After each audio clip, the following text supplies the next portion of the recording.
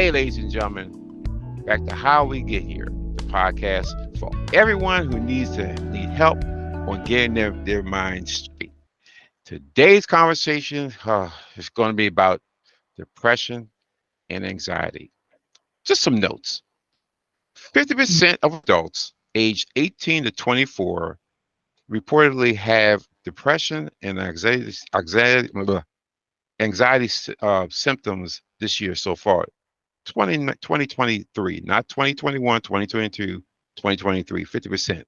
And 33% of all adults have anxiety and depression symptoms. Pretty scary. Nearly 1 out of 10 Americans report having depression. Not surprising after all the stuff we've gone through, but still a lot of people. Um, we need help. People need help nowadays, and they don't know where to get it.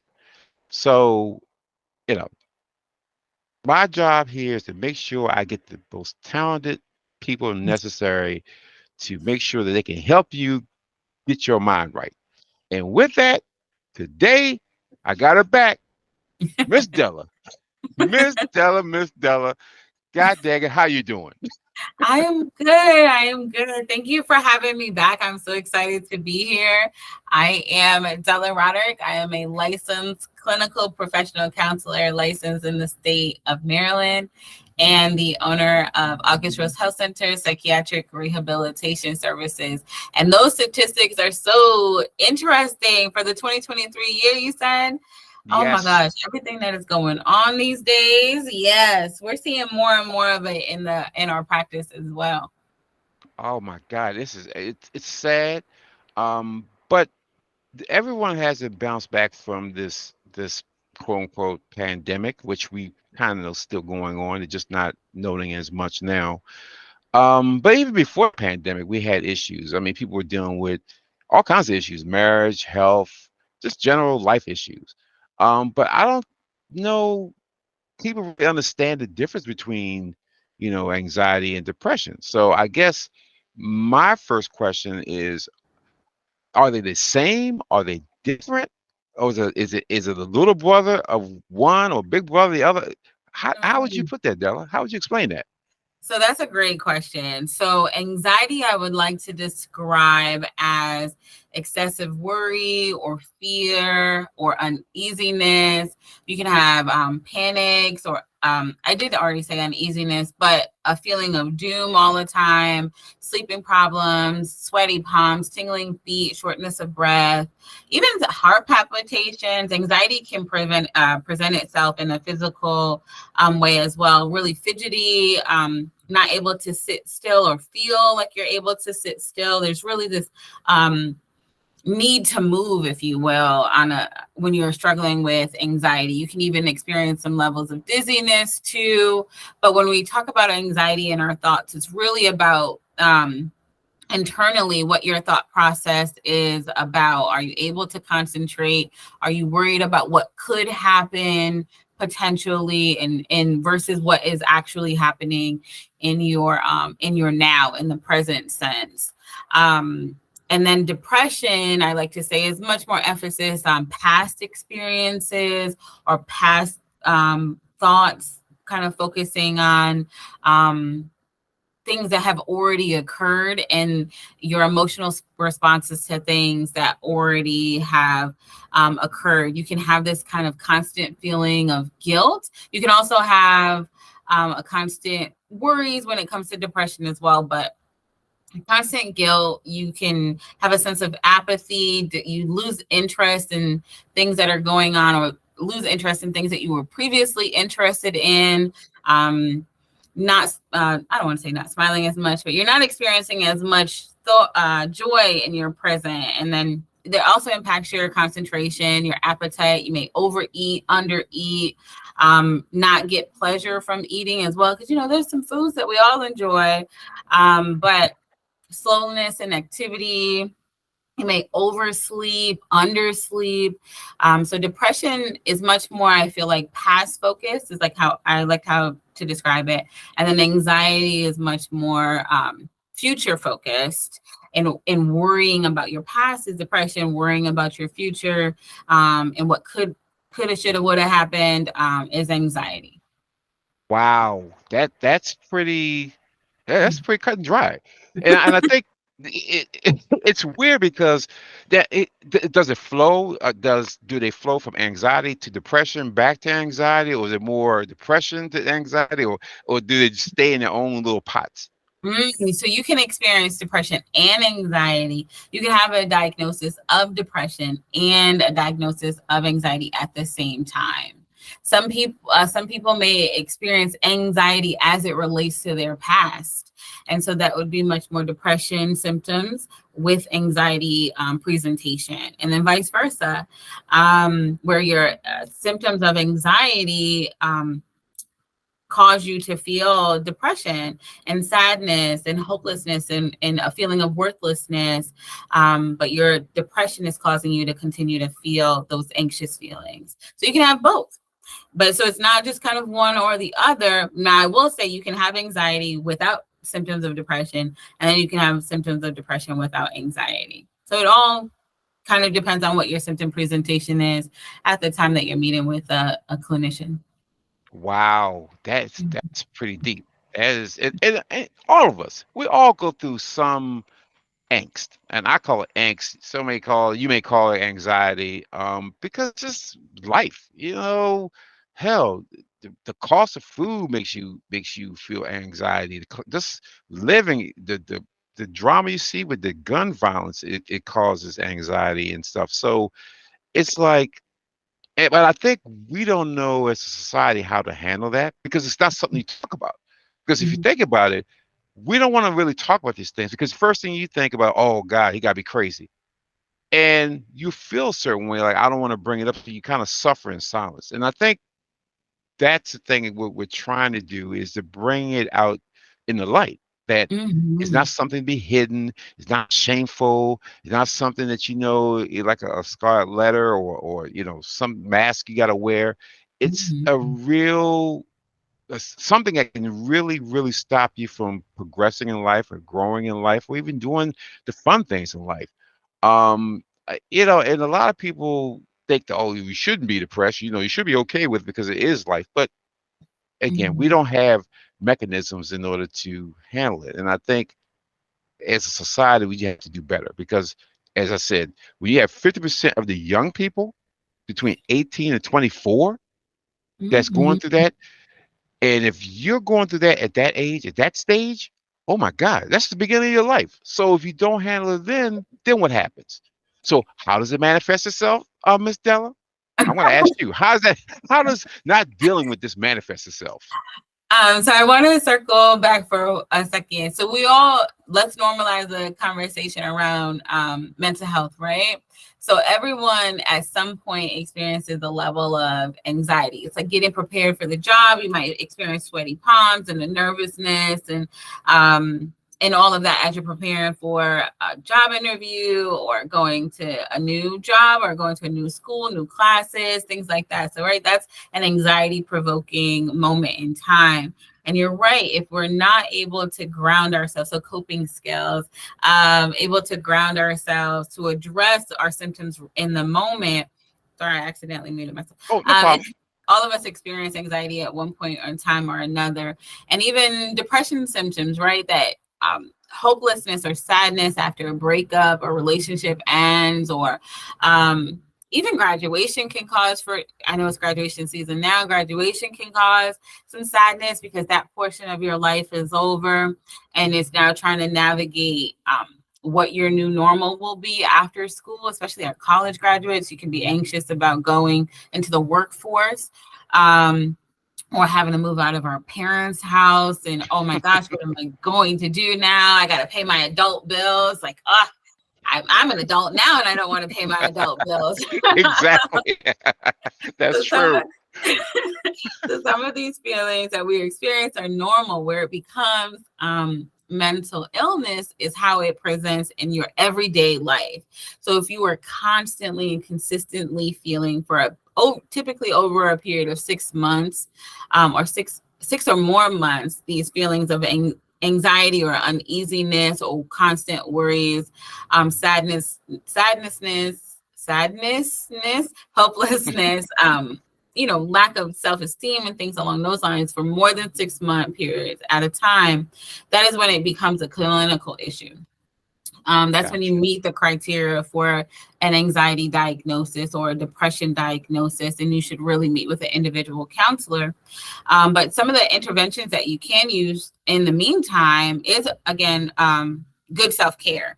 So journaling activities, music, grounding techniques. A lot of us have vitamin D deficiencies, making sure we're getting our annual physicals to see where our levels are at, and then checking in with your thoughts, checking in with how you're feeling in that moment.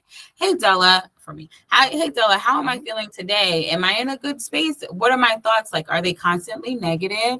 Am I beating myself up internally to try to motivate myself to get somewhere and do something? Or, am I telling myself that I am not smart, that I'm uneducated, I'm not doing enough in my life? Where are your thought processes at? And then checking yourself. Like, you know what, Della, girl, get yourself together. You have this, that, and the third going for you, and using a lot of positive affirmations. I use positive affirmations every day. I talk to myself and coach myself through tough moments in time every day, and I do find that that can help improve your day, bring you joy, like giving yourself a shout out, like, girl, you did a good job getting da da da done, or those treatment plans done, or whatever it may be. And then again, recognizing your successes in life and reminding yourself of that. In addition, checking who you hanging out with, who is around, who's in your circle, and That's true. making sure you have good boundaries, and understanding that there are some people that are just not meant to be a part of your everyday life because they're having a negative impact on your mental health. Or and they could be triggering your anxiety or your depression. So checking yourself in that way is good self-care. And so those are some of the ways that we can try to prevent or lessen the symptom presentation in our day-to-day lives. Oh, see, that's some great information right there. Because again, I think a lot of people, they get wrapped around the axle and they just seem like they don't know what to do. They're actually frozen by fear. They're frozen Mhm. by the situation, and they just don't know how to deal with it. And they don't know how to. And here's the other thing, a lot of people don't feel comfortable talking to their friends about what they're going through. They don't want to talking about, if I'm trying to date somebody, I'm trying to buy a new dress, I'm trying to buy a new car. But damn it, you start talking about your mentals, you're like, I don't know, because I don't want them to think of me any differently, because now I'm talking to them that I'm going some issues, having some issues, because especially now they, oh my God, they're having issues. They're going to pull a gun out. They're going to do something Mhm. crazy, and that's not the case. It's just Mhm. you're going through some things to Mhm. deal with some things, and that also brings up another question. What are some of the things you don't do when you're depressed and you have anxiety? Mhm. So don't drink. Don't abuse substances. That includes marijuana. That includes any other things that we feel like bring us joy. I think I would also say be mindful of even overeating. When we're feeling emotionally triggered, sometimes we may overeat or overindulge in certain things. Don't isolate, and meaning staying home and pushing people away. Be open to when people are actually willing to be there for help. Now, granted, that doesn't mean tell everybody your secrets at all, but that does mean making sure you're around people that are there to lift you up. But and so I wouldn't recommend drinking, overeating, doing drugs. I wouldn't recommend isolating. And then yeah, I think those are my top kind of don't do that when you're having a bad mental health day.